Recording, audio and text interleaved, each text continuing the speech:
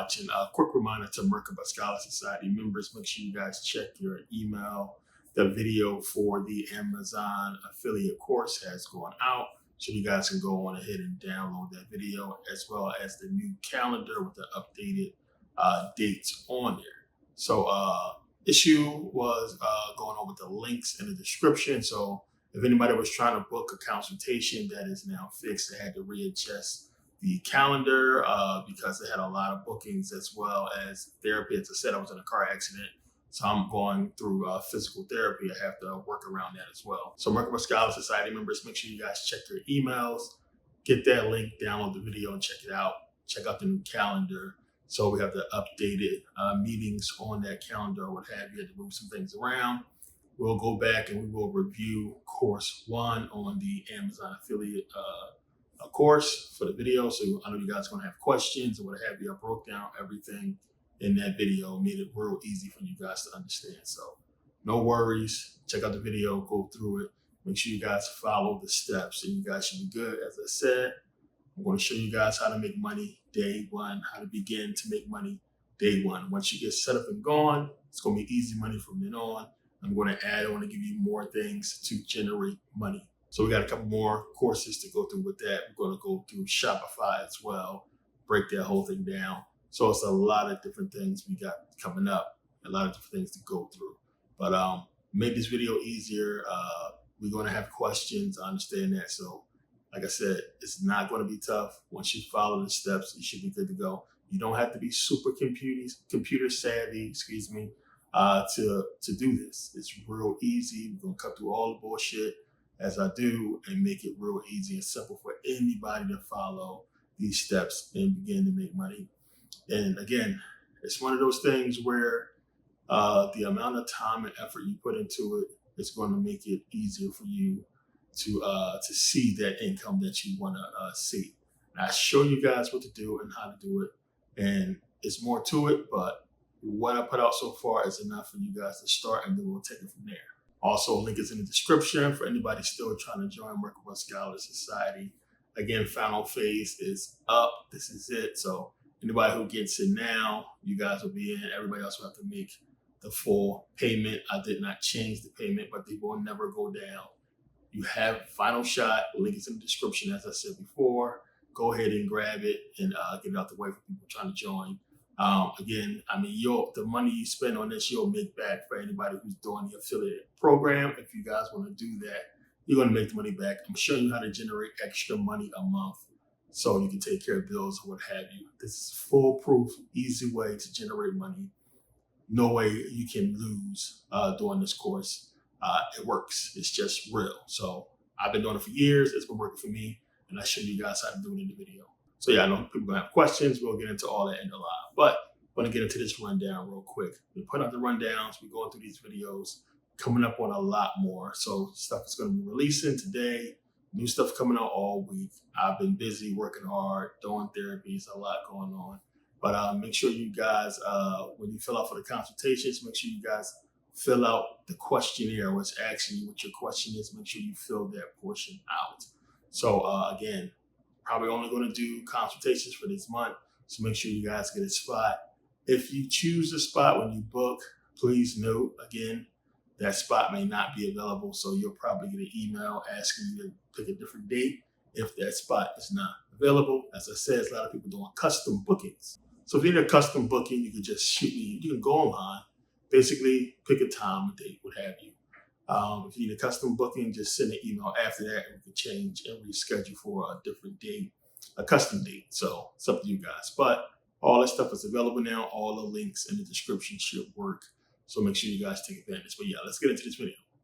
You have to understand first, there is no such thing as melanin.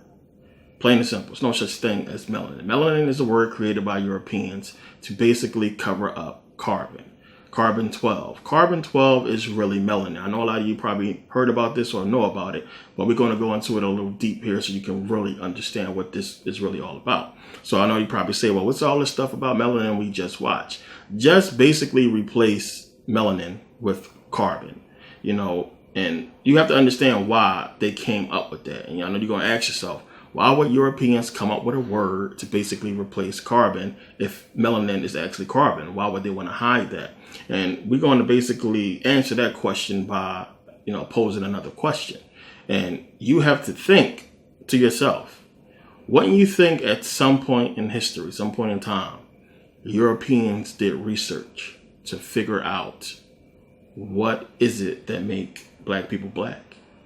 You have to think at some point they did that study, right? Of course they did.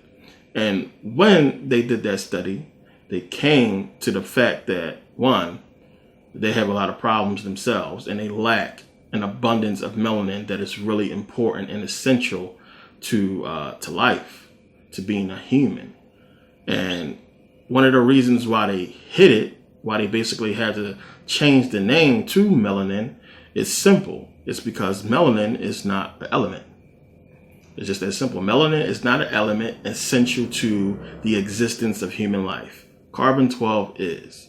So if you say to people that, they lack an essential element to being a human being, to being, from the creator or from, the divine or what have you, when you start really getting into it scientifically, then people will really trace it back to something that they don't want them to trace it back to, which we'll get into. So thus they came up with the word melanin, which we'll talk more about that in a second.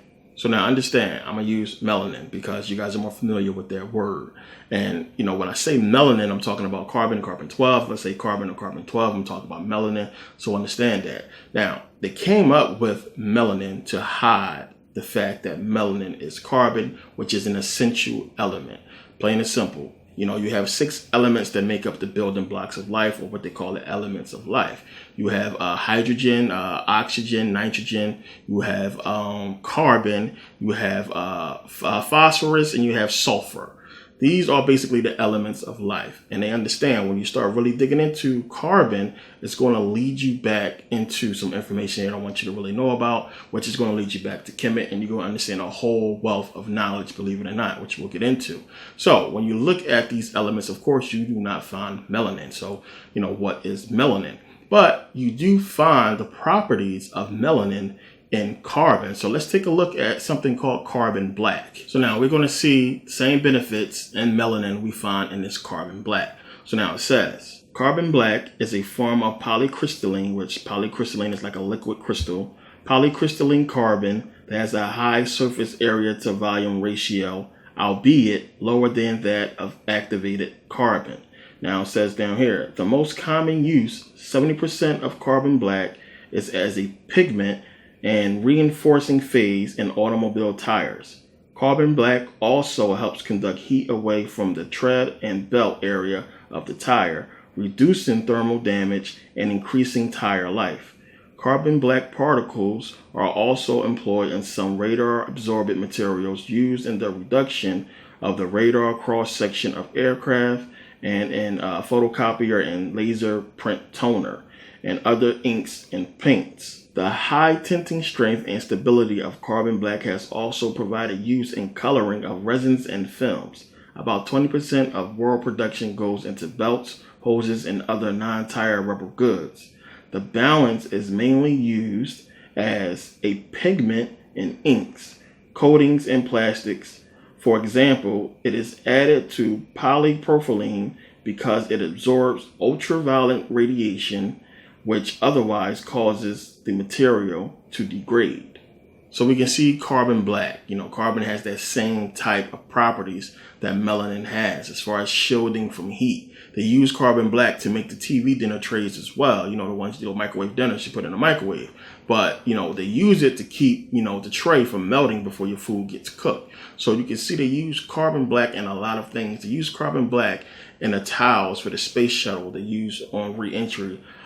So many different things you can find carbon black in, having those same properties as melanin, and it's something that a lot of people have no clue about. A lot of people don't even know about carbon black, but you can see how they go hand in hand. So of course, they want to basically cover up melanin, cover up carbon, cover up the fact that it's an essential element in life. And if you go out and you tell, white folks that they lack an essential element and creating life, then you will understand why they have so many problems, so many health issues. you will understand, one, that Africans are superior because they're genetically dominant, more superior than Europeans. And of course, this is something that they do not want people to figure out. Now, also, when they're doing this research, because we're basically talking about what they're going to find out when doing the research on what makes black people black. I mean, understand this, grasp this. At some point, they had to do the research, and they did, of course. And in doing the research, they figured this out, and they figured out a whole lot more. So now, in doing their research on what makes black people black, they will find out, one, that it's carbon. It's carbon-12. Carbon-12 is essential to the building blocks of life, and African people have an abundance of it. So upon further research, they will find out that carbon has 15 isotopes. Of those 15 isotopes, 2 of those isotopes are stable. That's carbon-12, carbon-13. Now, carbon-12 makes up 98.93% of carbon. That's like most of the carbon. Carbon-12 is most of carbon. So they would ask themselves, well, damn, what is so special about carbon-12? How do you get carbon-12? And they will understand that you get carbon-12 through the triple alpha process, what they call the triple alpha process. Now, the triple alpha process involves 3 helium-4 nuclei. So you have 2 helium-4 nuclei that basically fuses, right? They fuse and they create beryllium-8. So you have 448. So 2 helium-4 nuclei fuse, you get beryllium-8. That beryllium-8 then fuses with another helium-4 nuclei and gives us carbon-12. So 8-4-12. So then carbon-12, we know carbon-12 is 6 electrons, 6 protons, 6 neutrons, which gives us carbon, which gives us man. So again, 666 in the Bible. I talked about this before. Boom. It goes back to carbon-12. This is major for them. It would blow their mind when they figured it out. And one of the main reasons why it would blow their mind is because they would know that the triple alpha process also can be found in the formation or the creation of stars. So it's like, well, damn, these people are a sun. And you can understand now, and you start taking this stuff back to Kemet. Damn, this is what the Egyptians was talking about. And there's so much more into this. But they will understand that it's something really special about African people. It's something special about these building blocks. And when you put all this stuff together, it really leads you to an unbelievable conclusion about the power of melanin that they lack. So now, as I talked about in the Saturn Satan series, when we got into the planets and everything, and I talked about, the solar system coming in existence due to a supernova, as science explains. I mean, think about that. So when you understand supernova is an explosion of stars, and I talked about how everything comes together and what have you. When you understand that, and then you look at the fact that, these elements, the building blocks, can be found completely 100% in African people, it would blow them away. And as I talked about before, you have consciousness creating energy creating elements, and those elements creating, physical matter, everything that we see, the planets or what have you. So they would look at this carbon-12, which they have to cover up and change to melanin, something different than carbon-12, this element. But they will look at it and see that, African people can be traced back to the creator, can be traced back to consciousness itself, this energy. It's crazy when you really start breaking it down, and this is what they will find out. Again, you got to ask yourself, how all this stuff get here? Where did all this stuff come from? And when you understand, again, consciousness creating energy creating these elements are the building blocks for everything that we see. So what basically scares them, and any scientist, any real scientist, or anybody who really studies, physics, who studies the universe, the stars, what have you, this is so easy for them to basically get, and it's tough because you have most of the scientists and physicists being white people. And for a lot of them, they would not come to this conclusion, and they most certainly probably wouldn't write about it and put it out there for people to criticize them on and call them traitors or racist or, anything or what have you. So this kind of information is just really known in, secret societies, and it's just not really put out there, for people to really just get easily. So you have to understand, one, if the universe the creator, God, whatever you want to call it, if the universe manifested itself into a physical body, it would be the black woman. It's just that simple. They understand that. So now check this out. You have consciousness creating energy, energy creating elements, those elements creating the physical material universe that we see. Black people are made of those elements. We are energetic beings. We have a consciousness. It's just that simple. So the consciousness of the universe, the consciousness of God or what have you, creating the energy, creating the elements and the physical material reality of this universe that we see today is the same as when a black woman gives birth to a child. So the black woman is basically a physical manifestation of God, the creator itself. So when you understand how the building blocks work and you start backtracking and putting this stuff together, this is the conclusion that they will have come to and basically trying to figure out what makes us black. And they did this a long time ago and they understand it. And when they understood it, things changed, plain and simple. So there's no way you can do the research. You can do that research on what makes black people black and not find this out. So what do they just say? Oh, it's melanin. It's a pigment. And notice what he say in the beginning of the video. He says, oh, well, is melanin just something that just makes our skin black, or is it more to melanin? You know, understand that, because that's what people have been told. Oh, no, it's just melanin. So think about it. They did the research. What makes black people black? What is it? And they found all of this out. So they just said, no, it's called melanin. It's this pigment stuff that just basically makes your skin black. That's all it is. But then here you have, again, a doctor, a white man, gives up all this information. And it changes the whole understanding and the whole thought process of what melanin is. Now, again, he didn't say it's carbon. He didn't say it's carbon-12. And you can admit that carbon-12 has the same benefits of melanin, as I just talked about.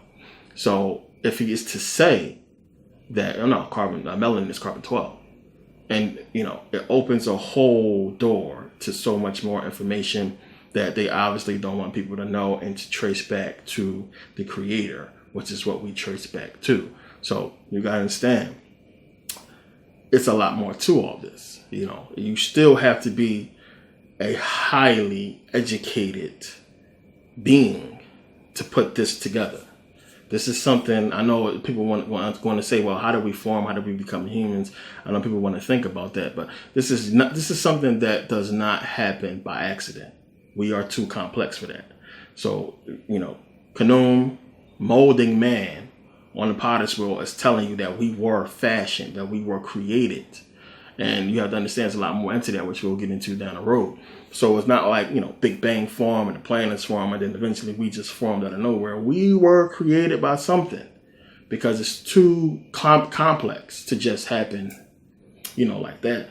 You can really look at the physics of planets coming together, but us, totally different. So now when you start understanding all this stuff, when you start really getting into it, you come to the conclusion that, you know, black people, there is absolutely no reason why we shouldn't be able to manifest any physical material thing that we want with our consciousness, plain and simple, especially since our subconscious is tapped into the energy of the universe.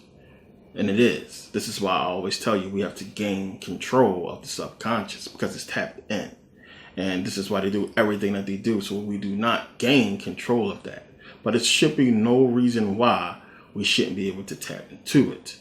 So you got to understand, when you start really thinking about the process and thinking about how all this stuff deals with consciousness and what have you, then, you know, you come to the conclusion that, well, consciousness is just, you know, something that is the most powerful thing that we can really break down to. Because if consciousness is creating this energy, and this energy is creating elements, and elements creating everything that we see, then consciousness must be the creator, must be God. So you have to really, you know, really get into this kind of information when you start studying energy. And this whole energy that I'm talking about, we tap into is what they call the unified field. You probably heard of unified field theory, which I do not like to really dig into and talk about because, energy is infinite. It's everywhere. When you start trying to break this stuff down into little categories and stuff like that, you lose sight of what energy goes back to. Because, we're talking about science here, and science basically deals with what they can prove. And really, when you get into it, you start tracing back this unified field, this energetic grid they want to talk about, then, really it goes back to consciousness. And you have a bunch of people who can't really conceive consciousness and really understand, consciousness. Because when you start talking about where did this energy come from, you get into the whole idea that, something can't come from nothing. And this is what a lot of people always say, well, you can't have nothing something come from nothing. There's nothing. And then how does something come out of that? What is that?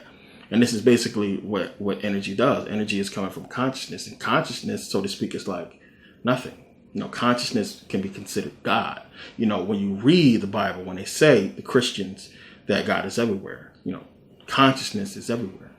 When they tell you, bow your head and pray to God or what have you, you're talking to consciousness. When you meditate, you are basically tapping into your consciousness. You are basically trying to develop your consciousness to basically, join together the masculine and feminine energy. So it's talking about consciousness when it's talking about so many different things that deal with religion. So Jesus, again, talking about going within yourself, meditating, consciousness. So these are things that it's tough for them to really grasp when it comes to this energy. So we got to understand a lot of the terms that they use, the scientific terms. If you notice me, I try to stay away from all that stuff. I try to really give it to you straight out.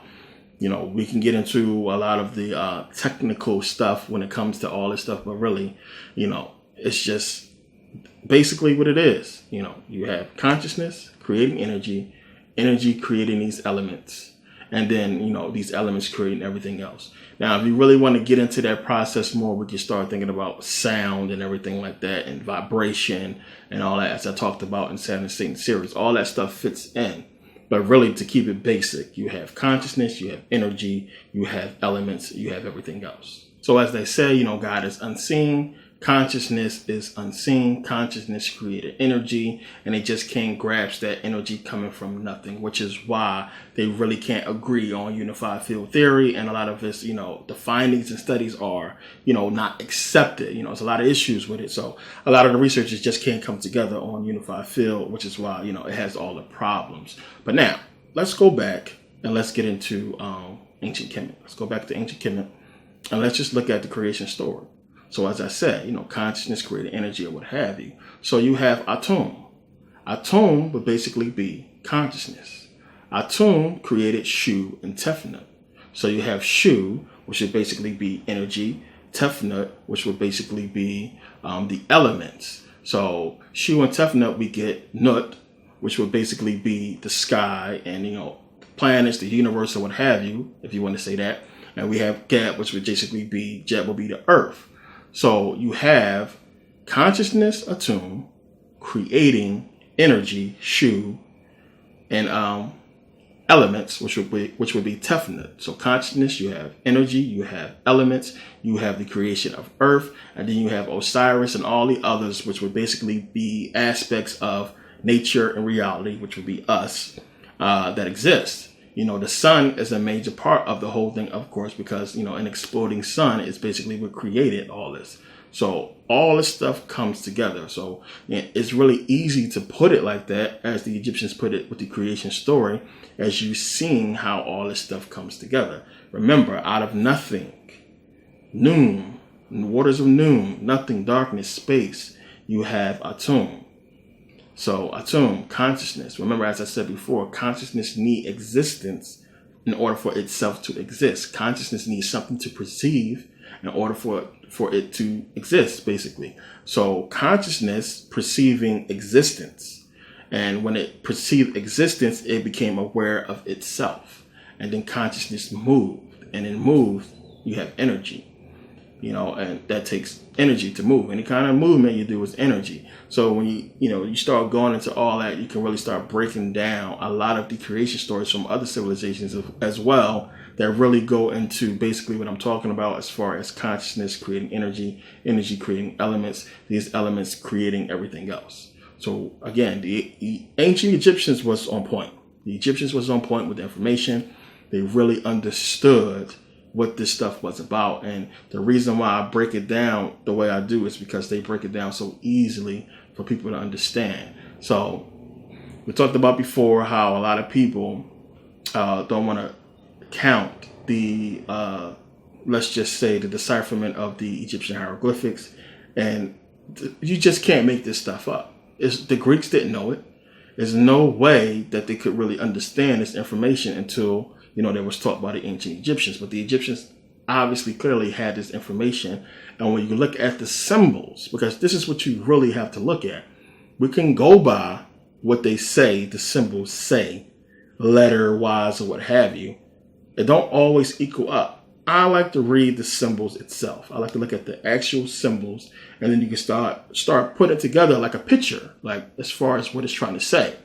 But we can only speculate on some of the stuff. But when you start putting together the pictures and putting together information, and you start getting stuff like what I just said, it all start to make sense with actual science. So we got to think about all the civilizations that basically revere the sun and worship the sun or what have you, how they must have had this understanding about the sun and about, this whole process. So the sun, this is why they coupled the sun with Atum. So you have Atum, which I said is consciousness creating energy, elements, what have you. And they coupled them with the sun, Ra, Atum Ra, because the sun, again, exploding, that supernova creates everything too. So you have Atum Ra, you have consciousness and the sun being creators. So this is why, you have the whole thing with the sun and Atum Ra and everything else. And when you really start getting into Egyptian mythology and all the information, it just all adds up to things that we already found in science and physics. So this is stuff that it's like, when people talk this stuff about Kemet and start talking against it, what have you, it's proven. It's just no way around it. It boggles the mind when you understand how much they knew and how they metaphorically put it into these mythologies, and it all goes back and relates to math, science, physics, or what have you. It's an amazing thing. So now, of course, they had to come up with the word melanin to cover all this stuff up, because believe it or not, when they start doing their research, it all goes back to here. It's just no way around it. When you start digging, because that's what I did. I did the research myself, and I started digging, and it leads you there. So, they obviously, it took them somewhere where they didn't really want to go, and they don't want people to know, thus melanin. So now also, when you look up the etymology of the word melanin, you see it's Greek, of course, Greek. So melanin, goes back to Greek. It means black. And the more interesting thing about this is the word basically began in the mid-19th century. So we're talking about the mid-1800s. So you got to ask yourself, well, damn, that's recent. What was they calling it, before that? Did they know about melanin before that? Obviously they did, because they knew about carbon. Carbon goes back to the 18th century. We're talking about the 1700s. So they knew about carbon. So they understood this stuff. So again, we're talking about a fairly new word created by the Greeks. And we know if the Greeks created it, and it pertains to black, we know what they were trying to cover up. So melanin itself means black. It goes back to blackness. It goes back to carbon, blackness. And we can understand this stuff when you really start getting into it. Now, Denzel Washington's first movie, Carbon Copy. This movie came out in 1981. It's Denzel's first movie. Now, Carbon Copy, in this movie, you have Denzel Washington, black kid, basically going to his father, played by George Segal, a white man, and telling him, hey, I'm your son. So, carbon copy means an exact copy. So it's basically a play on words, because Denzel is clearly not an exact copy of George Segal, him being carbon or melanated. So I think that, one, you have to think, they could have cast a more lighter person. I always thought about that in this movie when I watched it. It's a good movie. You have to think that, damn, it would be smarter for us to cast a light-skinned black guy, to make it more believable that this black kid, is from this white guy. But no, they cast Denzel, and you can see he's clearly 100% black. No way he's mixed with anything. But I think that they did that to show that, melanin is carbon. And that, too, I think they wanted to show that, the stereotypes and things that black people of color go through because of their skin color. So, I wanted to point that out. But the movie was called Carbon Copy. And, and doing this research when, it just popped up in my head, carbon copy, carbon, black, melanin, about a black kid. It can't be a coincidence. So now, as I said, I really wanted to prove my point on what I talked about in Buddhism Part 2 so you can really understand. Now, believe it or not, I have basically proven my point about the esoteric occult understanding of God goes back to the African melanated people. It's just that simple, whether you choose to accept it or not. But I'm going to go further in proving my point. So we're going to go into the Bible. We're going to go into a couple more things.